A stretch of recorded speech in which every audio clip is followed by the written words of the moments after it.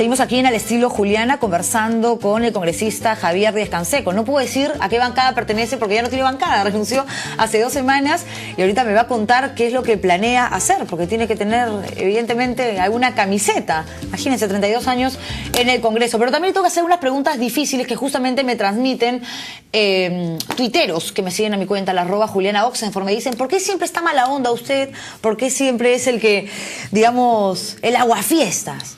No sé por qué habría de ser el aguafiestas. O sea, no creo, por ejemplo, que las personas con discapacidad piensen que soy el aguafiestas.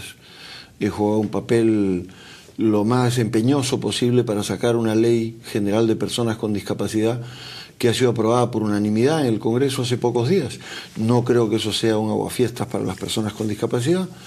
Tampoco creo haber sido una persona que juegue un rol de aguafiestas en la propuesta presentada y aprobada de sacar adelante la ley de consulta a los pueblos indígenas.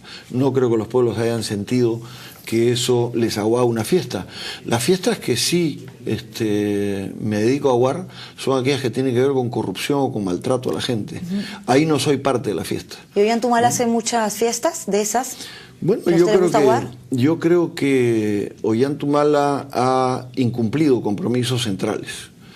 Uno de los más importantes tenía que ver con el impuesto a las sobreganancias mineras. Eso le quería preguntar. Yo me acuerdo que cuando conversé con usted en campaña, justamente, hablamos de este tema, sí, de las sobreganancias, ¿no? Y para que los televidentes entiendan un poco y no ponerles el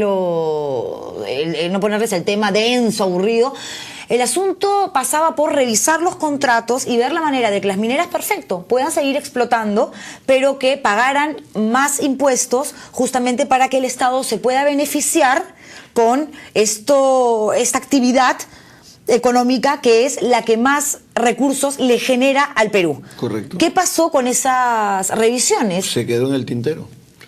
El presidente pasó a asumir la tesis de que todos los contratos firmados estaban oleados y sacramentados y eran intocables.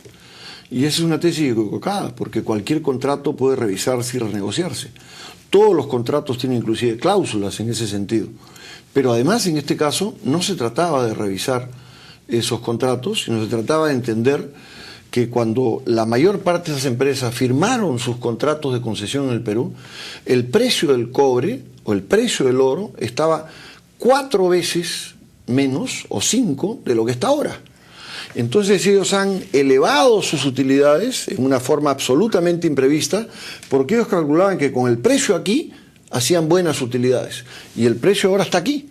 Entonces, la torta que se están llevando es mucho más grande. Pero si y al Perú le debiera convenir llevarse una parte mayor de esa torta que quedar en el Perú para invertirla en educación, en salud, en saneamiento, en infraestructura y mejorar las condiciones de vida de la población.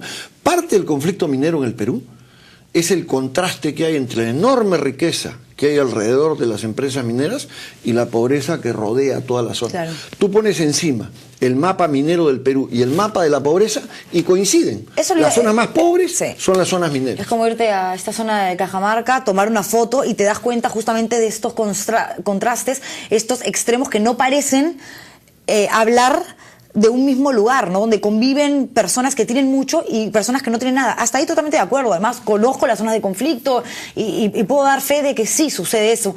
Pero si era tan fácil revisar los contratos, y además las empresas mineras lo sabían, porque formaba parte todo esto del discurso de Ollantumala en campaña, ¿por qué no actuar de una vez y ejecutar eso que se prometió? Esa es una pregunta que tendría que responder el presidente. Yo no la puedo responder. Como yo no puedo responder por qué no tomó un equipo económico de la gente que le hizo el programa, que trabajó con él y de la gente que lo apoyó en la segunda vuelta.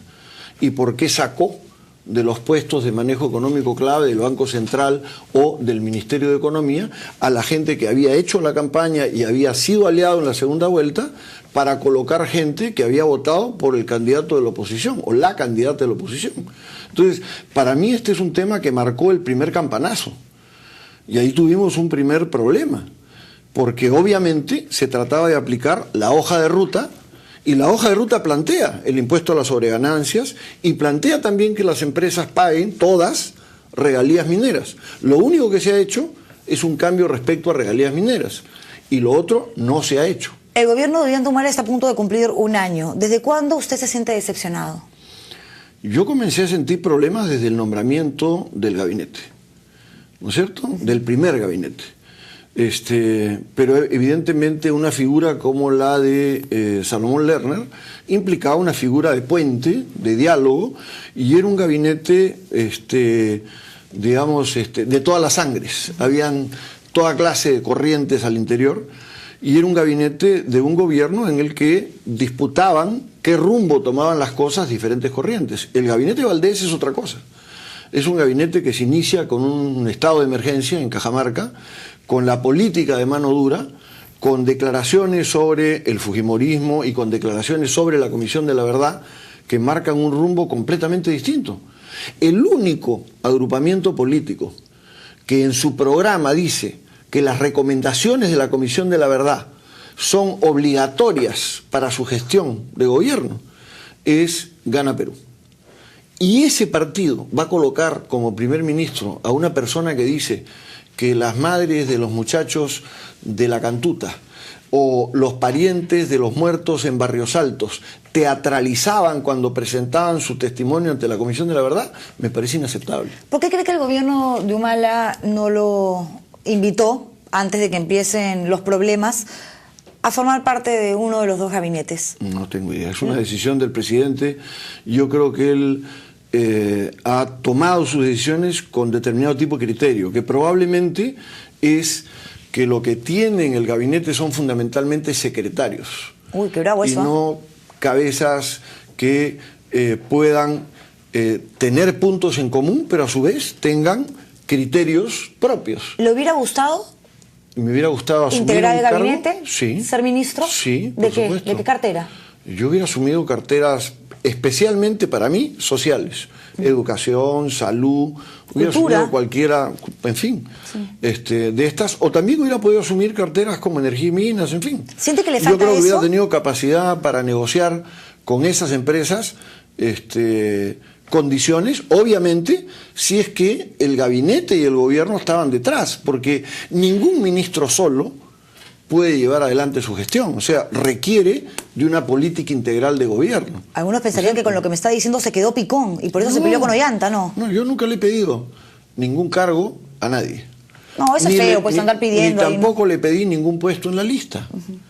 O sea, yo postulé con el 12. Claro, pero era en realidad una buena oportunidad porque usted siempre ha sido de oposición y ahora estaba integrando la bancada oficialista, entonces era perfecto para ocupar una cartera, ¿no? Bueno, para mí era una oportunidad de ejecutar cosas por primera vez, porque éramos una fuerza que había ganado gobierno. Entonces era una oportunidad para llevar a la práctica cosas. Hay gente que dice, tiene miedo de asumir el cargo de ministro. Es al revés. O sea, un político lo que quiere es que lo que piensa se lleve a la práctica. Entonces, el Congreso solo permite discutir ideas, claro, de repente propuestas, usted lineamientos. Es muy bravo y tiene un rollo mucho más socialista y Ollanta Humala está clarísimo que el presidente ha modificado, no sé si su forma de pensar, pero sí su manera de ejecutar. Y pueden decir, no, pues, o sea, el congresista Díez Canseco, Verónica Mendoza, Rosa Mávila no pueden pretender manejar el país porque hay un presidente y lo tienen que aceptar, les guste o no. Pero sin duda, el presidente y el nombre. Yo ni me quejo ni tengo críticas respecto a su actitud respecto a que yo esté o no esté en el gabinete. Ni jamás se me hubiera ocurrido reclamarlo. Pero la situación de los nombres que he mencionado son bastante distintas, porque Verónica Mendoza es una fundadora. Es cierto, además lo conocí en Francia. Yo no, yo tengo una afiliación socialista y mariateísta desde que me inicié en la política, ¿no es cierto? Y claramente Ollanta Humala ha dicho que él no es una persona de izquierda, ha dicho que no es de izquierda ni de derecha, sino de abajo. Dicho sea de paso, la frase de yo soy de abajo, es una frase de Lenin, ¿no? Pero en fin, son casualidades de la vida, ¿no? Es cierto. Pero que él se ha definido como una persona que no se identifica como de izquierda, es algo que para mí ha estado claro siempre, como para él ha estado claro que yo era una persona socialista, mariateísta. Y si estaba tan claro entonces, ¿por qué tantas expectativas? Porque teníamos puntos de coincidencia en el programa. Okay, pero de todas porque maneras... eso permitía introducir cambios muy importantes en el Perú.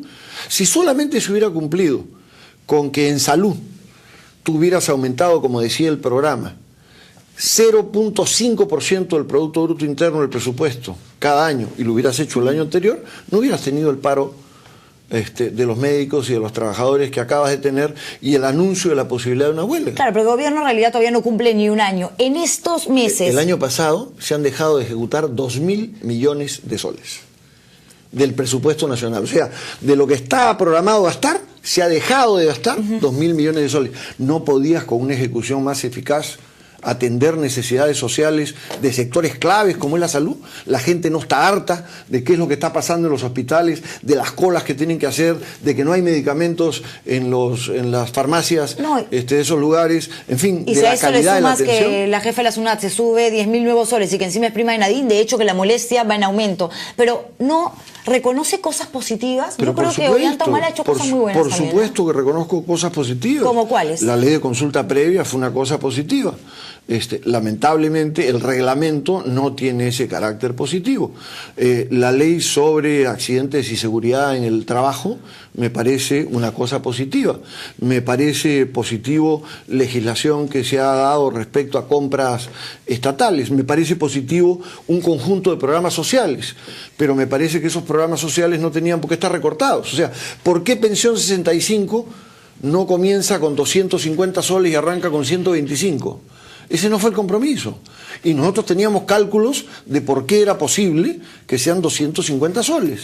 Entonces, como que lo que era positivo se ha amarrado las riendas del caballo. ¿No se ha trastocado el concepto de positivo. Sí, se hace mucho más lento, ¿no es cierto? Se hace comenzando por pedacitos, por partes. Y yo creo que se pudo tener una política de un impacto mucho más significativo sobre la población. Pero yo sí reconozco hechos positivos. ¿Y sería positivo que sea un oficialista el próximo presidente del Congreso? Bueno, yo creo que depende de lo que ofrezcan. ¿Y usted? Yo creo que lo que el Congreso necesita es tener algo que hasta ahora no tiene, una agenda parlamentaria. ¿Tú tienes claro cuáles son las prioridades del Congreso? ¿Cuáles son las leyes principales que el Congreso quiere sacar adelante? Yo creo que nadie en el país lo sabe. De verdad, el Congreso no... Yo estoy acostumbrada a que nunca haga nada. Bueno, pero una de las cosas, o si hacen pocas cosas en realidad. Una de las cosas que el Congreso deberá dejar claro son cuáles son sus prioridades. ¿Qué quiere hacer? ¿Qué quiere hacer respecto a educación? Sí. ¿Qué quiere Mostrar hacer una línea de un camino, ¿no? Trazar una... ¿Correcto? Sí. Digamos, sí, ese me parece que es una mínimo. cuestión. Segundo, el Congreso deberá fiscalizar. El tema anticorrupción, en mi opinión, está súper venido a menos. O sea, la misma comisión investigadora de Alan García, mire el tiempo que ha tomado constituirla, el tiempo que ha tomado que le contraten personal, el tiempo que ha tomado... La burocracia que es típica en la política. En la política, como decía Alan García, no hay casualidades.